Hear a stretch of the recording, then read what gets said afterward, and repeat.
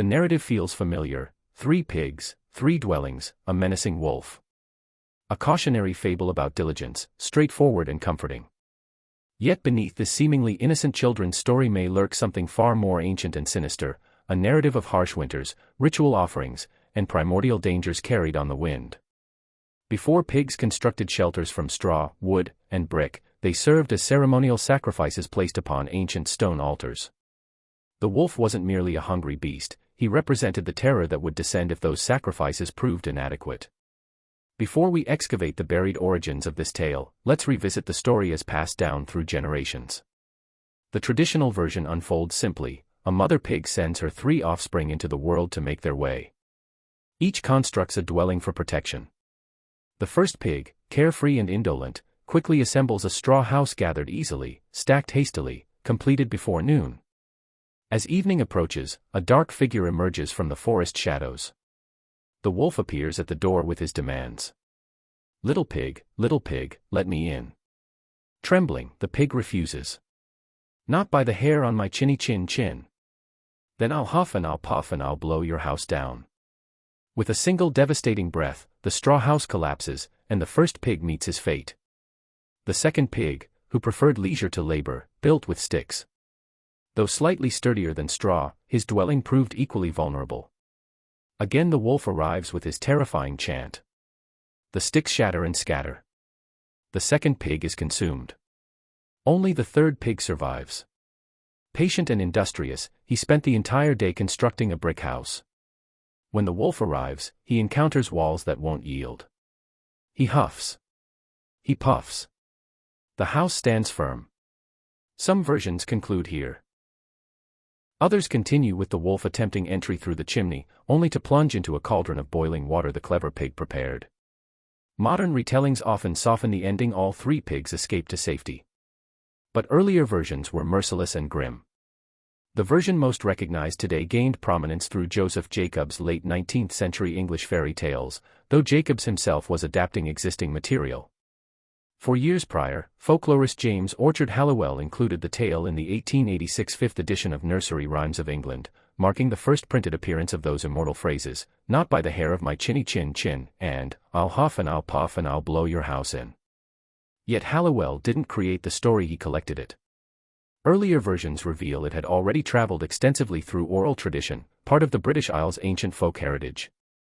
A particularly intriguing variant from 1853 Dartmoor replaces the pigs with 3 pixies and a cunning fox, yet preserves the core structure: 3 progressively stronger dwellings, a relentless predator, and ultimate triumph through preparation. The trail extends beyond England. In 1885, Thomas Crane documented an Italian folktale featuring 3 goslings outwitting a wolf. Across Europe, India, America, and beyond, the pattern repeats: 3 siblings, 3 houses, 1 survivor. When identical stories emerge across disparate cultures, folklorists recognize something profound: this tale possesses roots far deeper than superficial appearance suggests. The 3 little pigs exemplifies a universal storytelling pattern: the rule of 3. 3 pigs, 3 houses, 3 opportunities, echoing Goldilocks and the 3 bears, the 3 billy goats gruff, or the 3 trials heroes face in countless legends. Across cultures, stories feature 3 siblings given a divine or fated task. The first 2 fail through pride, laziness, or poor judgment. The third succeeds through sacrifice, humility, or wisdom. The Russian fairy tale The Firebird demonstrates this clearly: 2 elder brothers falter through distraction and laziness while the youngest perseveres through hardship to claim success and glory. But sometimes fairy tales aren't mere inventions, they're memories, stories transmitted orally across generations until origins fade into obscurity. A 2016 study in Royal Society Open Science used comparative methods to trace folktale ancestry, discovering some may exceed 5,000 years in age. Tales like Jack and the Beanstalk, The Smith, and the Devil, and stories with 3 little pigs structures may have been told during the Bronze Age, long before writing reached Europe. If true, what we consider children's entertainment may have originated as something far more significant, something sacred and terrifying. Ancient India presents a powerful myth called the Tripura. 3 demon brothers each construct a city: 1 iron, 1 silver, 1 gold. These floating fortresses prove invulnerable to the gods, and for a time, the demons remain safe, believing their creations could withstand any destruction. But eventually, the gods beseech Shiva to intervene. He draws a single bow, releases a flaming arrow, and obliterates all 3 cities simultaneously. None survive. The Tripura tale, likely rooted in ancient Vedic tradition, was first recorded over 2,000 years ago, though scholars believe its oral origins extend beyond 3,000 years. It delivers a chilling lesson: no structure, regardless of grandeur, provides protection from the divine, a warning that no one escapes ultimate retribution.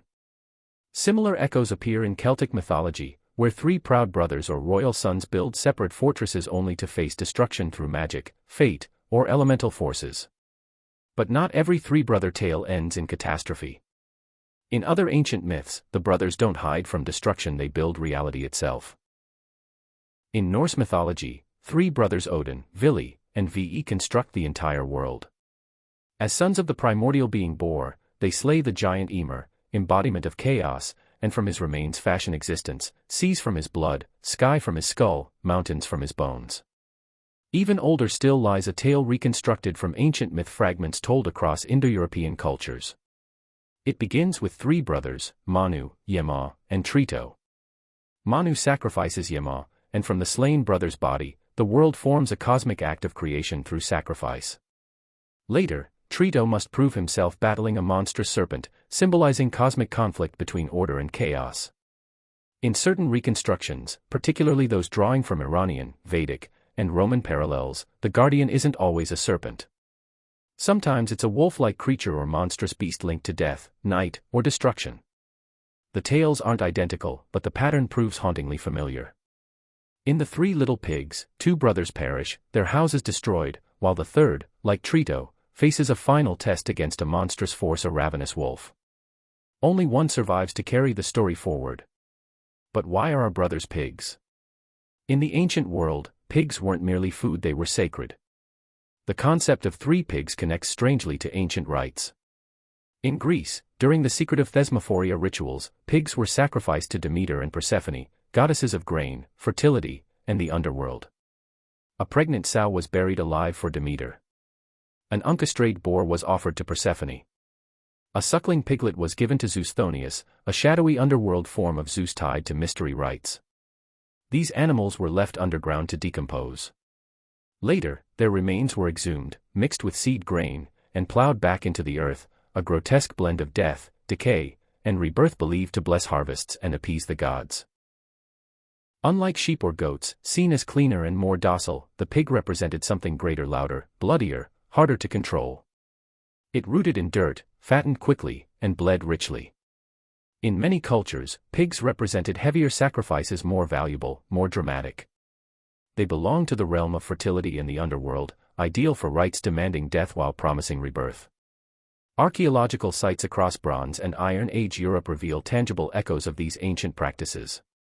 At Glauberg in Germany, a ritual pit contained piglet bones deliberately placed beside burnt grain, broken pottery, and human remains. In Mycenaean Greece, similar pits held whole piglets, offerings to chthonic deities tied to the underworld, harvest, and rebirth. In Norse tradition, a Yule boar was offered to Freyr, god of peace and plenty, during winter solstice, a ritual marking the darkest time of year and hope for returning light. Death to bargain for life. In each rite, the pig served as offering, symbol, and bridge between the living and divine. Perhaps pigs entered the tale not for humor, but because they were familiar as sacrifices and familiar as stand-ins for us. In some Mediterranean traditions, pigs were spiritual surrogates, animals offered instead of humans to appease the gods. When 3 pigs are sent into the world only to be consumed by the wolf, this may not be silly fable. It may be memory of ritual sacrifice, of death for life's sake, of something or someone given to darkness so others might live. But what about the wolf? Wolves appear in mythology and folklore across many cultures, often symbolizing both ferocity and protection, loyalty and destruction. In some traditions, they're divine messengers or even deities themselves.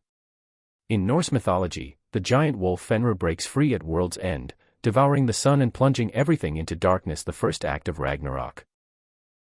Among early Slavic peoples, the wolf was a threshold guardian, a beast walking between the worlds of living and dead.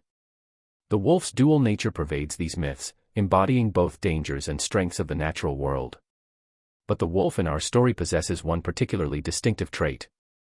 Listen again to the threat: I'll huff and I'll puff and I'll blow your house down. Not teeth. Breath. Wind. Perhaps because strong winds howl like wolves. Or perhaps the wolf was never meant to be a creature at all. In prehistoric Britain and Europe, archaeologists discovered strange signs of destruction. Entire wooden homes, still structurally sound, deliberately set ablaze. At Dington Walls near Stonehenge, round houses were inhabited for just one season, then burned not by enemies, but by their own people. Some scholars believe these were ritual endings, symbolic sacrifices of shelter marking the year's turning, a kind of controlled chaos to keep true chaos at bay. When we picture a wolf blowing down houses one after another, we might glimpse a dim echo of this concept, destruction as offering. The wolf in the story might not be a fairy tale villain. It might be the god of winter knocking at the door. Winter required preparation, sacrifice, work. Across Europe and beyond, winter solstice was both celebration and warning, a moment to feast but also to fortify. Animals were slaughtered, meat preserved, shelter prepared, offerings made to the gods. Always the question lingered, will it be enough? Perhaps these ideas reflect in the fairy tale we now know, a tale where the lazy perish, where the clever survive, where winter comes, and those who prepare best live to tell the tale. But not all threats arrive as snarling wolves at the door. Sometimes they come from shadows, wearing the skin of something small, cold, and strange. And that tale's true meaning is far older and far darker than anyone suspects.